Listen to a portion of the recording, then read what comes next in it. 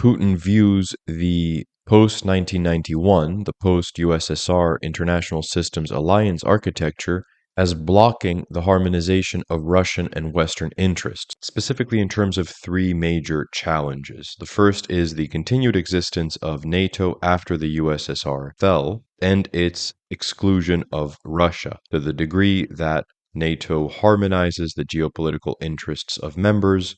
It leads to a disharmony with respect to a country like Russia, which is kept out. Now, Putin apparently asked whether it would be possible for Russia to join NATO, and the American establishment decided against it. Then you have the development of missile defense technology by the United States to be deployed as a deterrent against Iran, so close to Russia, and the refusal by the United States to develop this technology jointly with Russia and other partners. And finally, you have U.S. covert support for Chechen separatism/terrorism, which is a direct attack on Russian sovereignty.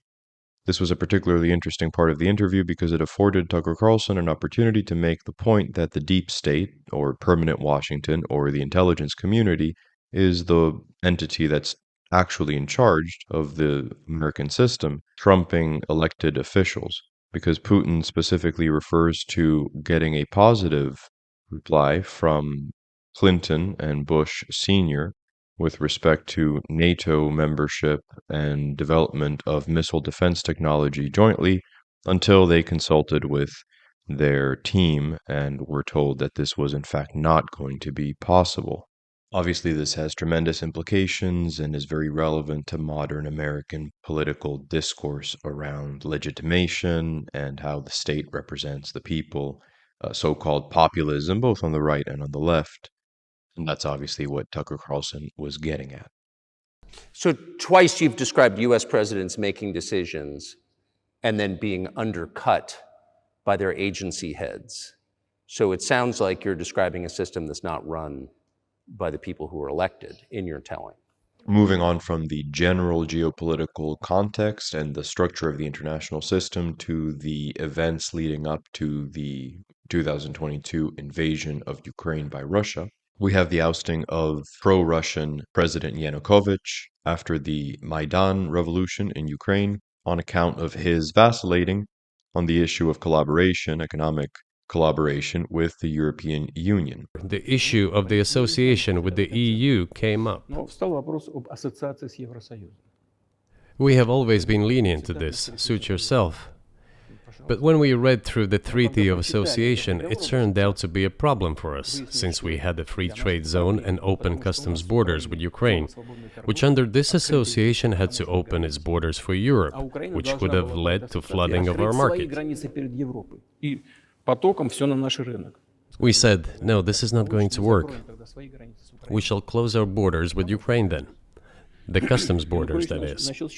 Yanukovych started to calculate how much Ukraine was going to gain, how much to lose, and said to his European partners, I need more time to think before signing.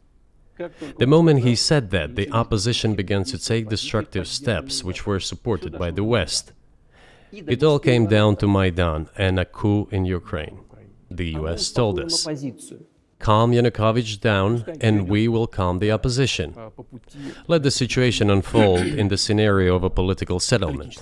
We said, all right, agreed, let's do it this way. As the Americans requested, Yanukovych did use neither the armed forces nor the police, yet the armed opposition committed a coup in Kiev. What is that supposed to mean? Who do you think you are? I wanted to ask the then US leadership. With the backing of whom? With the backing of CIA, of course. And then consequently, the rise of separatism in the eastern region of Donbass, wanting to draw closer to Russia instead of to the European Union, and separatists being attacked, serving as the justification for the Kremlin to defend its fellow Russians, many of them with actual Russian passports, in the Donbass, so far as the Kremlin's count goes. So, in 2008, the doors of NATO were opened for Ukraine. In 2014, there was a coup, they started persecuting those who did not accept the coup, and it was indeed a coup.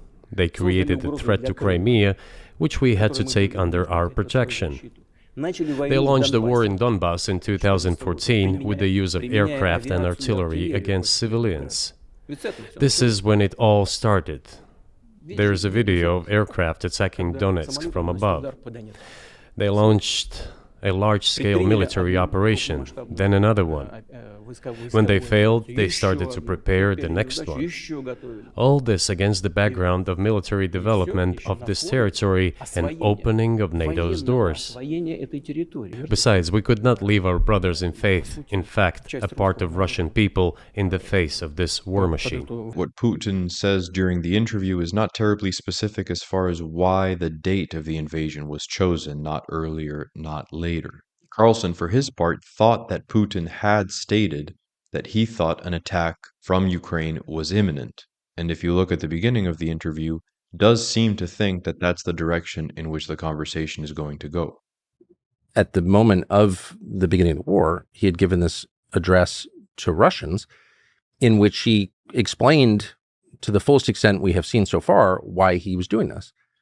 And he said in that speech, I fear that NATO, the West, the United States, the Biden administration will preemptively attack us. We have a speech from 2022, February 24, the month that the invasion of Ukraine started, in which Putin compares the United States and how it's pursuing its own interests to Nazi Germany being about to invade the USSR, and warns that the USSR was too slow to react, to prepare militarily for the coming invasion. Quote, what are we to expect? If history is any guide, the USSR sought not to provoke any potential aggressor until the very end by reframing or postponing the most urgent and obvious preparations it had to make to defend itself from imminent attack. When it finally acted, it was too late. Then we have a speech from 2023, 21st of February, a year after the beginning of the invasion of Ukraine, in which he says the following. And this is obviously translation, I don't speak Russian. It finally became clear that the go-ahead for the implementation of aggressive plans was given, and that they were not going to stop. The threat is growing, and every day. The incoming information left no doubt that by February 2022, everything was ready for another bloody punitive action in the Donbass. That the Russian president refers to 2014 and to the later lack of commitment to the Minsk agreements, but omits this point and never addresses it, even though Carlson started the interview with it, is odd. It's not that America, the United States, was going to launch a surprise strike on Russia. I didn't say that. We never really get an answer to Tucker Carlson pushing Putin on why specifically in 2022, at the beginning of that year, he invades, except eventually to point out that the Ukrainian authorities had made it clear they would not honor the Minsk agreements, and even those meant to safeguard those agreements in the West, having made declarations to the effect that they weren't interested in implementing them. So what was the trigger for you? What was the moment where you decided you had to do this? Initially, it was the coup in Ukraine that provoked the conflict. And what triggered the latest events? Firstly, the current Ukrainian leadership declared that it would not implement the Minsk agreements, which had been signed, as you know, after the events of 2014 in Minsk, where the plan of peaceful settlement in Donbass was set forth. But no, the current Ukrainian leadership, foreign minister, all other officials, and then president himself said that they don't like anything about the Minsk agreements. In other words, they were not going to implement it. A year or a year and a half ago, former leaders of Germany and France said openly to the whole world that they indeed signed the Minsk agreements, but they never intended to implement them. Now, however much Putin may conceive of the present war as beginning in 2014, 2022 would still represent a massive escalation, one that violates any coherent notion of state sovereignty and has claimed a huge number of Russian lives on both sides, per Putin's understanding of Ukrainians as essentially Russian. It seems clear that Putin intended only a short campaign or potentially regretted the invasion soon after initiating it. thus Moscow and Kiev engaging in negotiations in Istanbul and having a peace deal on the table by the end of March 2022, very soon after the initial invasion. Boris Johnson was then dispatched to tell Zelensky, president of Ukraine, not to go ahead with that deal. We negotiated with Ukraine in Istanbul. We agreed. He was aware of this. Moreover, the negotiation group leader, Mr. Arahamiya is his last name, I believe still heads the faction of the ruling party, the party of the president in the Rada. He even put his preliminary signature on the document I am telling you about. But then he publicly stated to the whole world, we were ready to sign this document, but Mr. Johnson, then the Prime Minister of Great Britain, came and dissuaded us from doing this, saying it was better to fight Russia. They would give everything needed for us to return what was lost during the clashes with Russia, and we agreed with this proposal. Look, his statement has been published. He said it publicly.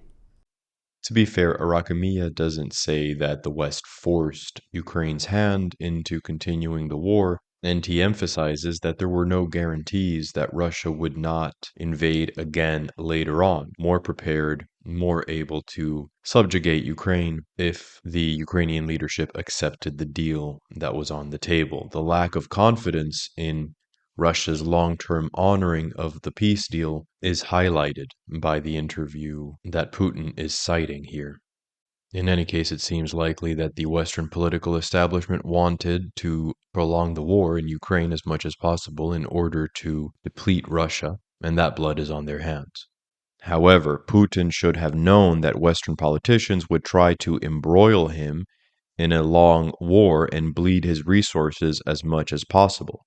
Sacrificing Ukrainian lives in the process would be no great impediment for them, but it should have been for him, since he considers Ukrainians Russian, since he considers Kiev the heartland, in a sense, the cradle of his nation.